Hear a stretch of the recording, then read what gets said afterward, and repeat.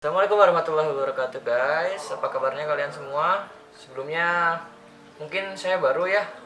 Perkenalkan dulu, nama saya Adit. Kami dari Kita Suka Semua Suka, yaitu yang membahas soal hobi-hobi anak muda yang sedang tren, tapi kita kemas menjadi satu wadah, yang mana wadah ini akan memuat berbagai hobi yang kita gemari dan banyak kalangan yang kita gemari. Makanya namanya Kita Suka Semua Suka. Jadi hobi kita, hobi kalian semua. Ya mungkinnya di sini kita akan menjelaskan proyek pertama kita mengenai hobi, salah satu hobi yaitu aquascape. Bisa dilihat di belakang saya pun ada satu contoh aquascape yang mana dengan tema Iwagumi. Ya mungkin di sini untuk awalan ya kita akan sedikit membahas tentang aquascape, yaitu apa sih aquascape tersebut? Aquascape itu adalah sebuah landscape yang mana kita hias sedemikian rupa agar terlihat indah dan enak dipandang. Nah, untuk mengenai aquascape tersendiri yang kita sering jumpai atau yang sering kita lihat, ada beberapa tema ya, mulai dari Iwagumi, lalu ada natural, lalu ada paludarium, mungkin ada juga berbagai tema yang bisa kita jumpai. Nah, untuk yang awalan ini kita alhamdulillah sudah mengerjakan sebuah proyek pertama kita, yaitu dengan tema natural. Nah, seperti apa proyeknya ntar bisa dilihat ya di video setelah ini.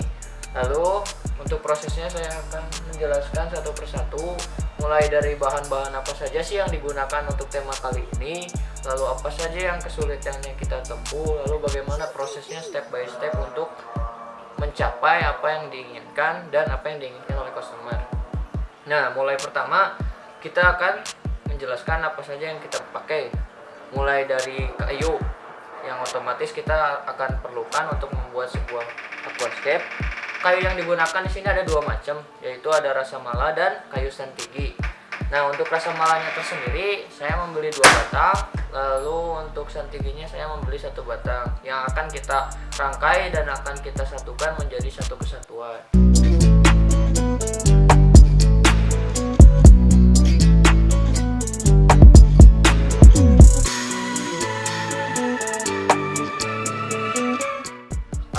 Pasirnya di sini kita menggunakan sir silika yang mana totalnya hampir mencapai 10 kilo atau 8 kiloan kira-kira.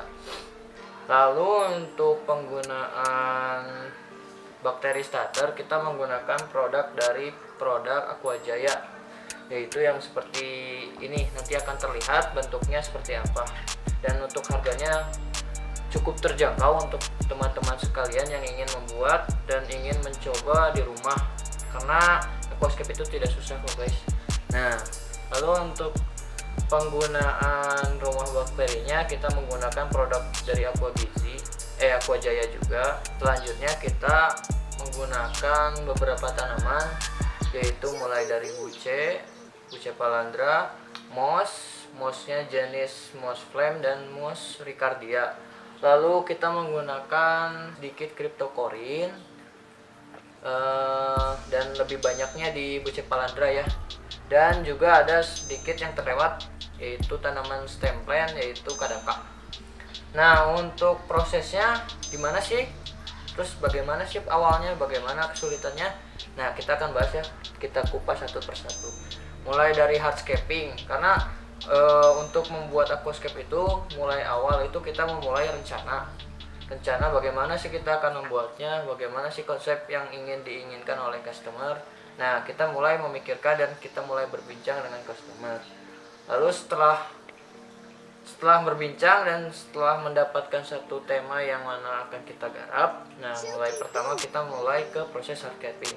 Nah, untuk hardscape tersendiri kita mulai memilah dan memilih batang kayu mana saja yang akan kita gunakan dan batang kayu mana saja yang akan cocok jika kita satukan gitu. Nah, mulai dari awal kita akan memotong, nanti ada videonya. Nah, di sini kita akan memotong beberapa batang yang kira-kira jika disatukan akan menjadi satu kesatuan yang keren. Nah, setelah proses pemotongan di sini kita langsung mencoba dengan pencocokan, kira-kira cocok atau tidak ini posisi di sini, apakah cocok apakah tidak.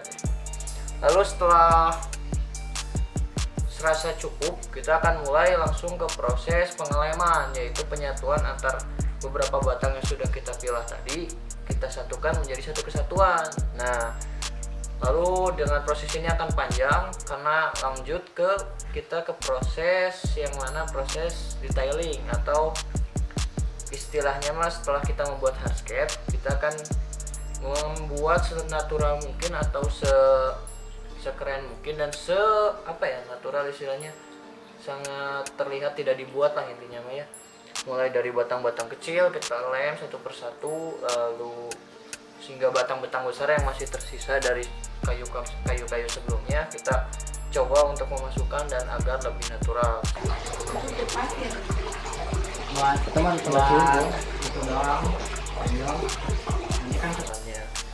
Lalu setelah beres proses hardscape, kita akan lanjut ke proses sebelumnya terlewat, akan sedikit kita detailin dengan batu juga agar terlihat lebih natural juga gitu. Sama batu yang kita gunakan di sini campur ya, ada batu rock, lava rock, ada batu, pokoknya macam-macam. Kalau untuk batu kita habis kisaran cuma 2 kilo lah kalau untuk batu tersendiri.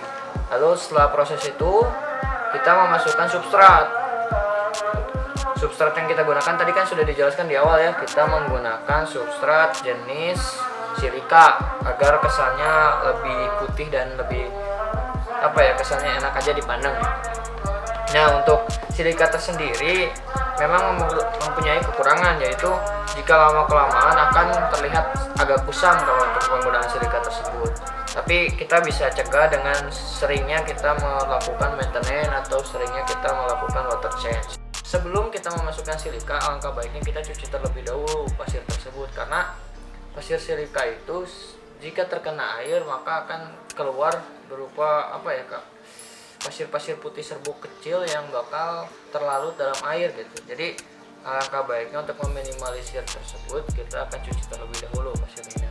Nah, setelah dicuci kita akan sedikit memasukkan, dan planning saya akan berbentuk sebuah segitiga atau triangle yang mana titik pusatnya ada di tengah agar nanti kesannya kesana agak jauh, sini agak jauh gitu.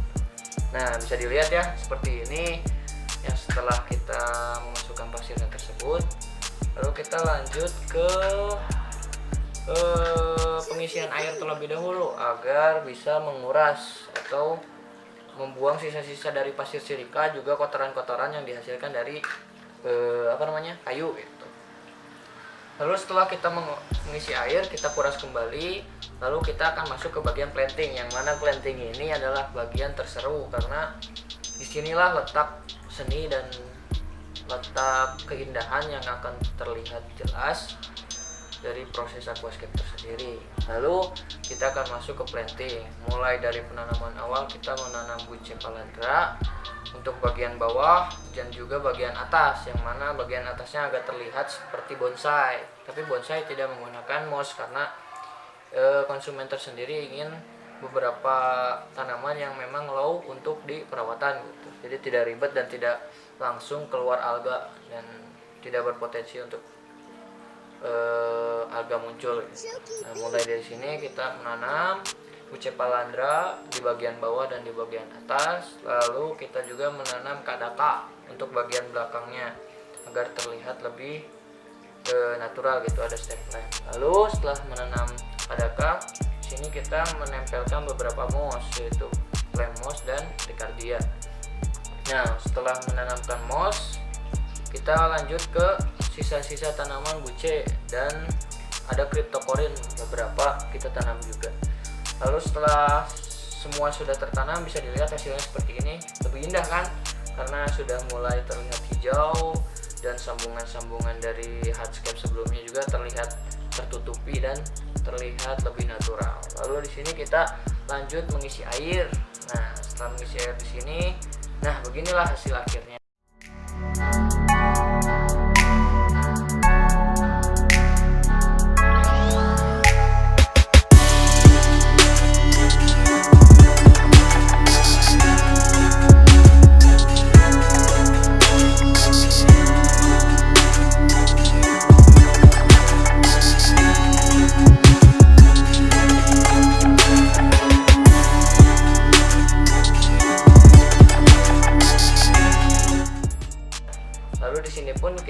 menggunakan satu aksen kabut, yaitu menggunakan mist maker dari Yamaha, yang mana mist maker ini sebenarnya fungsinya hanya untuk memperindah dan ya intinya memperindah aquascape kita agar enak dipandang oleh konsumen.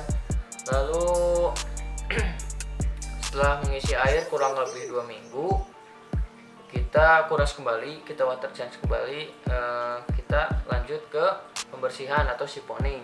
Lalu di sini kita membersihkan kotoran-kotoran yang ada di bawah dasar, begitu juga kotoran-kotoran yang terapung. Lalu kita mengganti juga filter yang mana filter ini sudah terlihat agak kusam karena selama proses cycling 2 minggu kemarin kita belum menggantinya. Nah, setelah kita siponing, setelah kita kuras sekitar hampir 60% dari jumlah air, lalu kita masukkan kembali air dan juga kita mulai memasukkan fauna yang kita masukkan adalah neon tetra sebanyak 20 atau 30 kalau nggak salah. Lalu kita memasukkan beberapa red cherry atau untuk pemakan alganya ya, kisaran 30. Lalu kita memasukkan juga beberapa jenis keong, yaitu keong turbo, lalu keong-keong yang lainnya. Nah, setelah beres semua dimasukkan, nah seperti ini hasilnya. Nanti kita akan update di video selanjutnya bagaimana sih perkembangannya selama beberapa bulan ke depan. Apakah tanaman tetap hijau, apakah tanaman ada yang melting, apakah ada tanaman yang mati gitu. Nanti kita akan proses di kedepannya. Nah, paling untuk sekian untuk video awal kita. Mohon maaf jika banyak kesalahan karena ini video pertama saya, video pertama kami. Mohon maaf jika banyak salah-salah. Mungkin sekian. Salam hobi kita semua. Wassalamualaikum warahmatullahi wabarakatuh.